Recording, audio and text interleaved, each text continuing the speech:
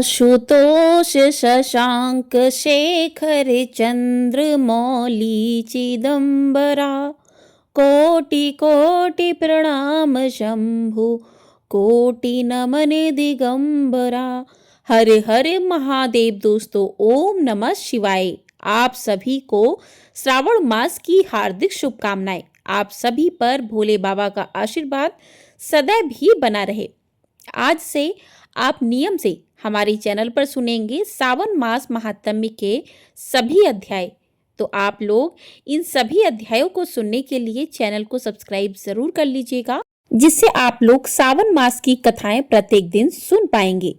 तो प्रिय श्रोताओं, सबसे पहले हम विनम्रता से ध्यान करते हैं भगवान शिव का, जो संहार के साथ साथ सृष्टि का कल्याण भी करते हैं। माता पार्वती जी का, जिनकी तपस्या ने हमें यह सिखाया है कि श्रद्धा से असंभव भी संभव हो सकता है।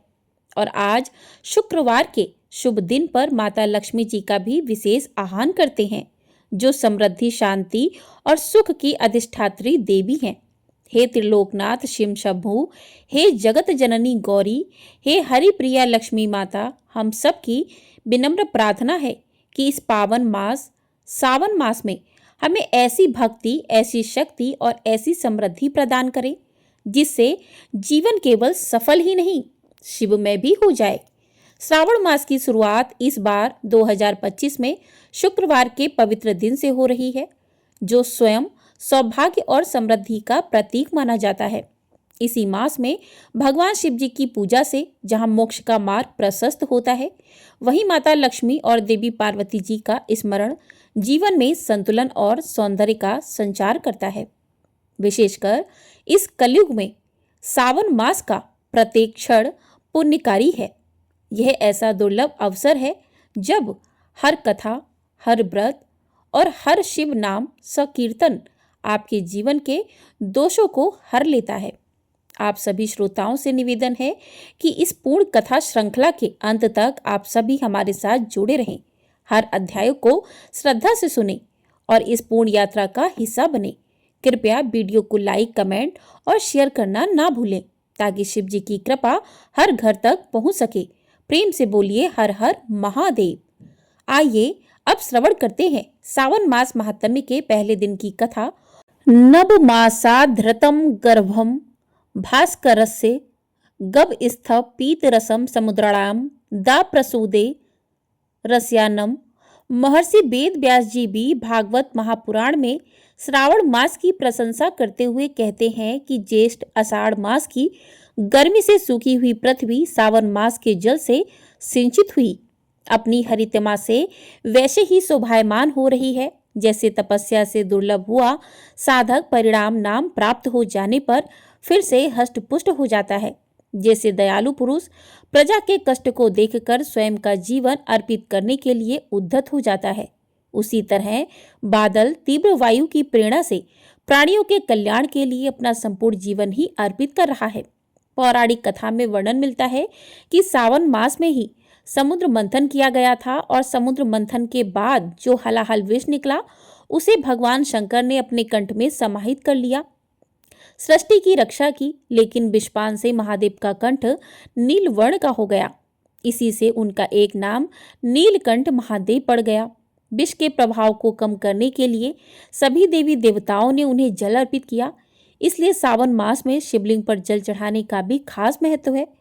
बहुत से श्रद्धालु प्रत्येक सावन सोमवार को व्रत रखते हैं, तो इन व्रतों को आप अपनी शारीरिक क्षमता के अनुसार चाहे तो निर्जला या फिर एक समय फलाहार ग्रहण करके व्रत रख सकते हैं। सावन के महीने में प्रदोष काल में भगवान शिव का विशेष पूजन अर्चन करना चाहिए। प्रदोष काल का समय सूर्यास्त से 45 मिनट पहले और 45 मिनट बाद का समय होता है। भगवान शिव से जुड़े हुए जो भी व्रत त्योहार होते हैं, उनमें आपको प्रदोष काल के समय का पता होना चाहिए, ताकि मुख्य पूजा आप प्रदोष काल में कर सकें। जो श्रद्धालु सावन महीने के नियमों का पालन करना चाहते हैं, व्रत रखना चाहते हैं, उन्हें इस महीने में अपनी किसी एक प्रिय वस्तु का त्याग करना चाहिए। खाने पीने से जुड़ी हुई कोई ऐसी सामग्री जो आपको बहुत प्रिय हो, उसका आप त्याग पूरे सावन महीने में कर सकते हैं और उद्यापन वाले दिन उस सामग्री का आप दान भी कर सकते हैं। सावन महीने के व्रतों का उद्यापन या पूरे सावन मास जिन्होंने नियमों का पालन किया है उन्हें सावन पूर्णिमा के दिन व्रतों का उद्यापन करना चाहिए। इस महीने में खास तौर पर दही, बैगन, मसूर की दाल, तामसिक चीजों जैसे लहसुन, प्याज, अंडा, मांस, मछली आदि का सभी प्रकार के नशे आदि से दूर रहना चाहिए। और इस महीने में कढ़ी का सेवन भी नहीं करना चाहिए। जो भी श्रद्धालु पूरे सावन मास व्रत ना रख पाए तो आइए जानते हैं कि सावन के महीने में ऐसे कौन कौन से दिन हैं जब आप सावन महीने के प्रमुख व्रत और त्योहारों का पालन कर सकते हैं या आप व्रत रख सकते हैं। तो सावन महीने की शुरुआत होगी संकष्टी गणेश चतुर्थी के व्रत से, यानी कि सावन महीने में पड़ने वाला पहला व्रत है 14 जुलाई सोमवार को। और सबसे विशेष बात यह है कि इस दिन भगवान शिव को भी समर्पित होता है और इसी दिन सावन का पहला सोमवार भी रहेगा, तो इस दिन आप व्रत रख सकते हैं। इसके अलावा 21 जुलाई सोमवार को रोहिणी व्रत और कामिका एकादशी रहेगी। 22 जुलाई मंगलवार को भौम प्रदोष व्रत और मंगला गौरी व्रत रहेगा। 23 जुलाई बुधवार को मासिक शिवरात्रि रहेगी जो कि महाशिवरात्रि भी होती है, तो इस दिन आप व्रत रख सकते हैं। 24 जुलाई गुरुवार को हरियाली अमावस्या रहेगी जो कि सावन मास की अमावस्या होती है। और 27 जुलाई रविवार को हरियाली तीज रहेगी जो कि सुहागिन महिलाओं के लिए बहुत ही शुभ तिथि मानी जाती है। इसके अलावा 28 जुलाई सोमवार को सावन शुक्ल पक्ष की विनायक चतुर्थी रहेगी और इसी दिन सावन महीने का दूसरा सोमवार व्रत भी रहेगा। 29 जुलाई मंगलवार को नाग पंचमी का त्योहार रहेगा। फिर सावन मास के शुक्ल पक्ष की पुत्रदा एकादशी का व्रत रहेगा। 5 अगस्त दिन मंगलवार को इस दिन मंगला गौरी व्रत भी होगा। 6 अगस्त दिन बुधवार को बुध प्रदोष व्रत रहेगा। 8 अगस्त शुक्रवार को वरलक्ष्मी व्रत रहेगा और फिर 9 अगस्त दिन शनिवार को नराली पूर्णिमा यानी कि सावन पूर्णिमा रहेगी। इस दिन रक्षाबंधन का त्योहार भी रहेगा। इसके साथ ही सावन मास समाप्त हो जाएगा। तो इन मुख्य तिथियों में आप सावन मास की विशेष पूजा अर्चना कर सकते हैं, व्रत उपवास रख सकते हैं। आइए अब आज के महात्म्य से पहले भगवान शिव की महिमा से जुड़ी एक बहुत ही सुंदर कहानी सुनते हैं।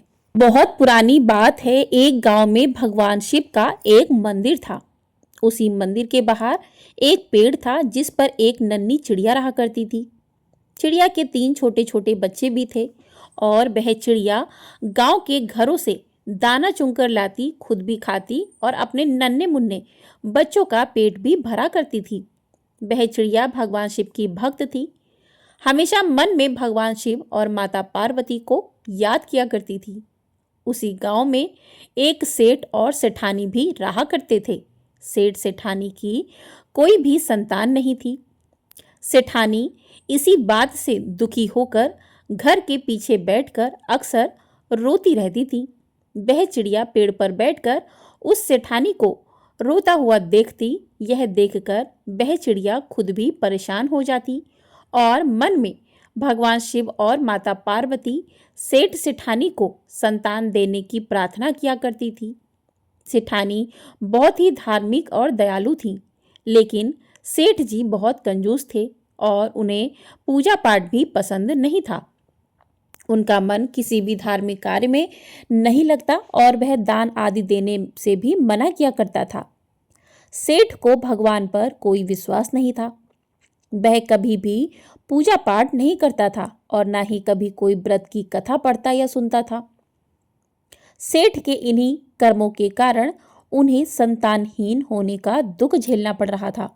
इधर सेठानी को गांव की ही औरतें जब बांझन कहती तो सेठानी घर के पीछे बैठकर रोती रहती। चिड़िया पेड़ पर बैठकर जब यह सब देखती तो उसे सेठानी पर बहुत तरस आता था। उसे बहुत दुख हुआ करता था। एक दिन मन में कुछ सोचकर उस चिड़िया ने अपने बच्चों से कहा कि बच्चों, तुम अपना ख्याल रखना, मैं बहुत दूर जा रही हूँ और जल्दी ही वापस लौटकर आ जाऊंगी।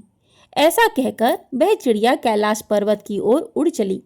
बहुत लंबी उड़ान के बाद आखिरकार वह चिड़िया कैलाश पर्वत पर पहुंच ही गई। उड़ान भरते भरते उसका गला सूखा आया था और लंबी उड़ान के कारण वह चिड़िया बहुत थक भी गई थी। इसी कारण कैलाश पर्वत पर पहुंचने के तुरंत बाद ही वह मूर्छित हो गई। माता पार्वती ने जब उस मूर्छित चिड़िया को देखा तो उस पर तरस खाकर उसे अपने हाथ के स्पर्श से पहले जैसा ऊर्जावान कर दिया। माता पार्वती ने उस चिड़िया से पूछा कि तुम इतनी मेहनत करके इतनी लंबी उड़ान भरकर यहाँ किस कारण से आई हो? तब चिड़िया ने कहा, माता, मेरे गांव में एक सेठ सेठानी रहते हैं, लेकिन उनकी कोई भी संतान नहीं है। आप कृपया करके उन्हें संतान सुख दे दीजिए। आप उन्हें पुत्र दे दीजिए, क्योंकि संतान के लिए सेठानी जी बहुत दुखी हैं, बहुत रोती रहती हैं। और हे माता, मुझसे उस सेठानी का दुख देखा नहीं जाता। चिड़िया की बात महादेव भी सुन रहे थे। तब महादेव ने उस चिड़िया से कहा कि वह सेठ ना तो कभी पूजा पाठ करता है, ना कभी भागवत कथा सुनता है, और ना ही कोई पुण्य का कर्म करता है। उसने कोई भी ऐसा अच्छा कार्य नहीं किया जिससे उसके भाग्य में पुत्र योग बन सके, इसलिए उसका कोई पुत्र नहीं हो सकता। यह बातें जानकर नन्ही चिड़िया बार बार भगवान शिव और माता पार्वती से आग्रह करने लगी कि हे प्रभु, आप सेठ सेठानी को संतान सुख दे दीजिए। तब माता पार्वती ने भगवान शिव को इस बात के लिए मना ही लिया। तब भगवान शिव इस प्रकार बोले कि पुत्र तो उसे हम दे देंगे, लेकिन सेठ अगर अब भी पुण्य कर्म नहीं करेगा तो उसका पुत्र जल्दी ही मृत्यु को प्राप्त हो जाएगा। यह बात सुनकर चिड़िया ने कहा, प्रभु, आप बस सेठानी को एक बार पुत्र दे दीजिए। पुत्र प्राप्त होते ही वह सेठ भी पूजा पाठ करने लगेंगे। ऐसा कहकर चिड़िया खुश हो गई और भगवान शिव और माता पार्वती को धन्यवाद देकर वहां से चली गई। आखिरकार भगवान शिव और माता पार्वती ने उस चिड़िया की विनती सुन ली और कुछ ही दिन बाद सेठानी गर्भवती हुई। 9 महीने बीतने पर सेठानी को एक पुत्र हुआ, जिसे देखकर सेठ और सेठानी बहुत खुश हुए। पुत्र होने के बाद सेठानी का तो भगवान में विश्वास और भी बढ़ गया और वह अब पहले से भी ज्यादा पूजा पाठ करने लगी, दान पुण्य करने लगी। लेकिन सेठ जी का वही हाल रहा। उसने अब भी कोई पुण्य कर्म नहीं किया। उसका भगवान पर अब भी विश्वास नहीं हुआ। ना वह कभी पूजा पाठ करता, ना कभी कथा सुनता। पेड़ पर बैठकर वह चिड़िया अक्सर सेठ के पुत्र को देखा करती थी। धीरे धीरे समय बीतने लगा। अब चिड़िया को सेठ के पुत्र की चिंता होने लगी। चिड़िया को भगवान शिव की कही हुई बात याद आ रही थी। उसे सेठ के पुत्र की चिंता होने लगी। वह सोचने लगी कि सेठ का पुत्र हो गया है, इसके बाद भी वह सेठ नहीं बदला। अब भी वह कोई दान पुण्य नहीं करता है, कहीं इसके पुत्र की मृत्यु न हो जाए। इसी प्रकार एक दिन चिंतित होकर वह चिड़िया फिर से लंबी उड़ान भरकर कैलाश पर्वत पर जा पहुंची और वहां जाकर भगवान शिव और माता पार्वती से आग्रह करने लगी कि वे सेठ को पुण्य कर्म करने के लिए प्रोत्साहित करें। माता पार्वती ने जब देखा कि यह चिड़िया दूसरों के लिए इतनी दयालु है, दूसरों के प्रति इतनी चिंता करती है, तो वे बहुत प्रसन्न हो गई। तब भगवान शिव और माता पार्वती एक ब्राह्मण ब्राह्मणी का रूप धरकर उस सेठ सेठानी के घर पर गए। वहां जाकर उन्होंने कहा कि हमें भिक्षा दो, हम भूखे हैं, हमें भोजन कराओ। सेठ ने तो सुनते ही मना कर दिया, लेकिन सेठानी ने बहुत ही आदर सम्मान के साथ उन दोनों ब्राह्मण और ब्राह्मणी को अपने घर के अंदर बिठाया, उनका स्वागत सत्कार किया। फिर उनके लिए तरह तरह के स्वादिष्ट व्यंजन बनाए और उन्हें भोजन कराया। ब्राह्मण और ब्राह्मणी के रूप में भगवान शिव और माता पार्वती ही सेठ के घर पर पधारे थे और उनके घर पर प्रवेश करते ही सेठ की बुद्धि ठीक हो गई। अब वह हाथ जोड़कर अपनी गलतियों के लिए क्षमा मांगने लगा और ब्राह्मण देवता के चरणों में गिर पड़ा। तब ब्राह्मण रूपधारी महादेव ने सेठ से कहा कि तुम्हारे भाग्य में संतान सुख नहीं लिखा था, क्योंकि तुमने अपने जीवन में कभी कोई अच्छा कार्य नहीं किया। तुमने कभी भगवान पर विश्वास नहीं किया, कभी पुण्य कर्म नहीं किए, कभी किसी ब्राह्मण को दान भी नहीं दिया, कभी पूजा पाठ नहीं किया, कभी कथाएं नहीं सुनी। लेकिन एक चिड़िया ने मेरे पास आकर तुम्हें संतान देने की प्रार्थना की, जिसकी भक्ति से प्रसन्न होकर ही मैंने तुम्हें पुत्र का वरदान दिया और आज उसी चिड़िया के कारण तुम्हें पुत्र सुख मिला है। लेकिन अब भी तुमने अगर पूजा पाठ या पुण्य कर्म नहीं किए तो तुम्हारे पुत्र की मृत्यु हो जाएगी।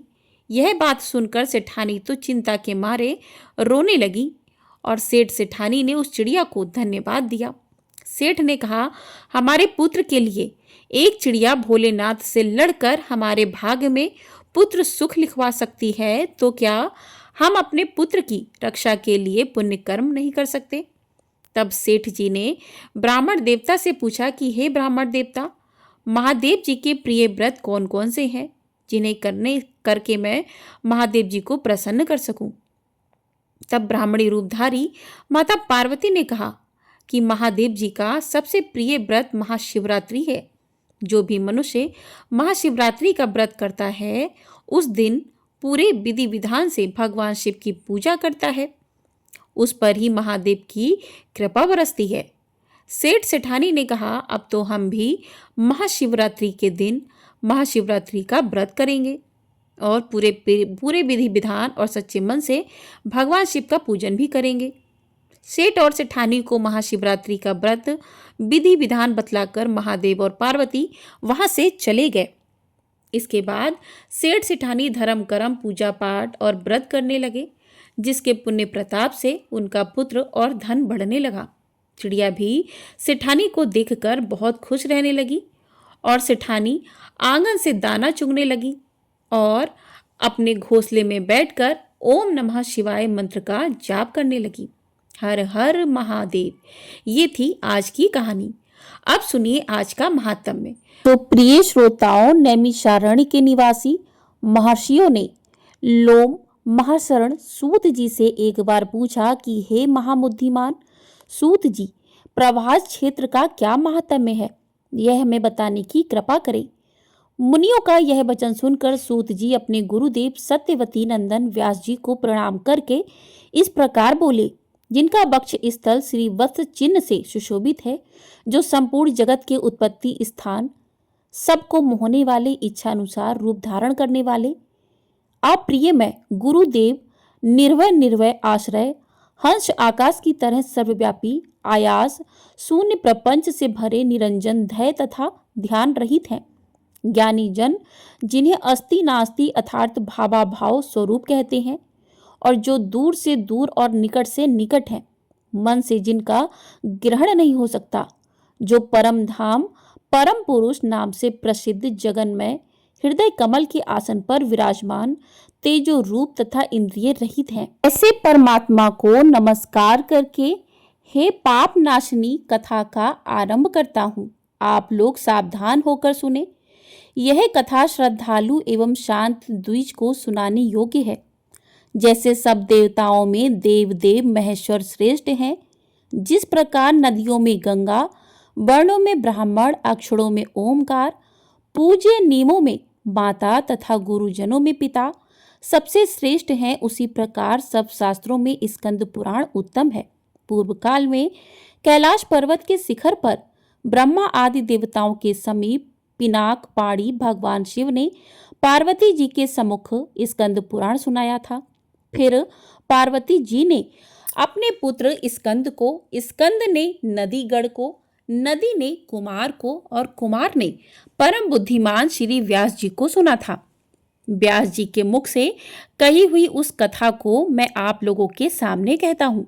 आप सब महर्षि सद्भाव से युक्त हैं, अतः मुझे आपको स्कंद पुराण संहिता सुनाने के लिए उत्साह हो रहा है।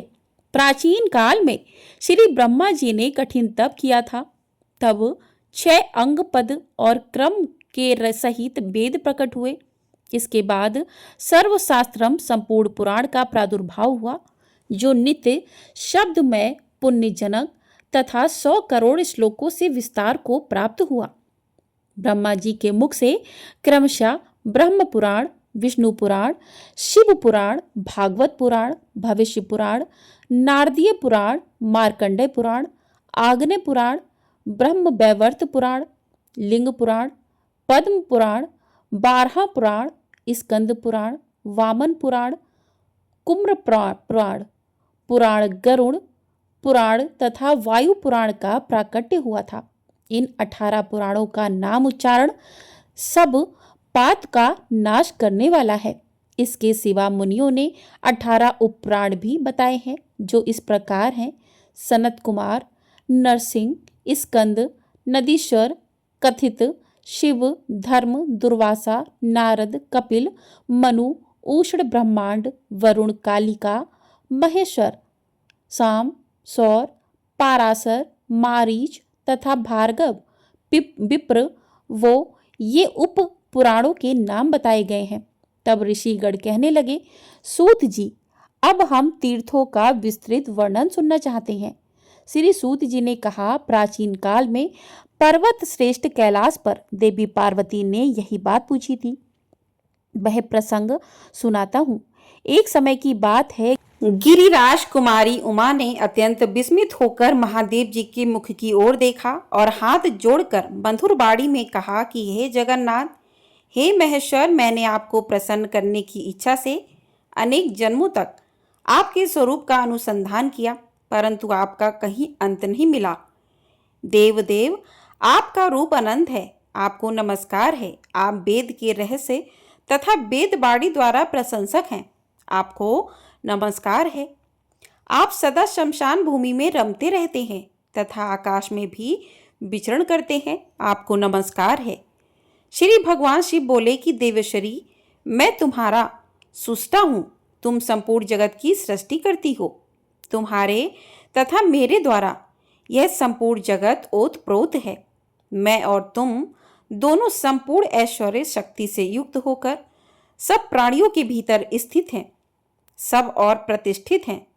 मैं तुम्हारे साथ खेल करता हूँ। तुम ही धृति और धारणा शक्ति हो, तुम ही प्रकृति हो, सदा मेरे अंगों में निवास करने वाली हो। अधिक क्या कहूँ, तुम मुझे प्राणों से भी बढ़कर प्रिय हो। तुम्हारे मन में जो भी इच्छा हो उसके अनुसार वर मांगो। तब देवी बोली कि हे जगन्नाथ, मैं धन्य हूँ, पुण्यात्मा हूँ और मैंने उत्तम तप का अनुष्ठान किया है, जिससे आपने मेरी ओर हर्ष भरी दृष्टि से देखा है। देव, इस प्रकार इस समय मुझसे सब तीर्थों का विस्तार पूर्वक वर्णन कीजिए।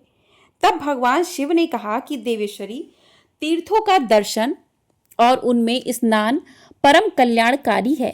हे श्रेष्ठ मुनिगण, तीर्थों के श्रवण की भी प्रशंसा करते हैं। पृथ्वी पर नैमिष और आकाश में पुष्कर तीर्थ प्रसिद्ध है।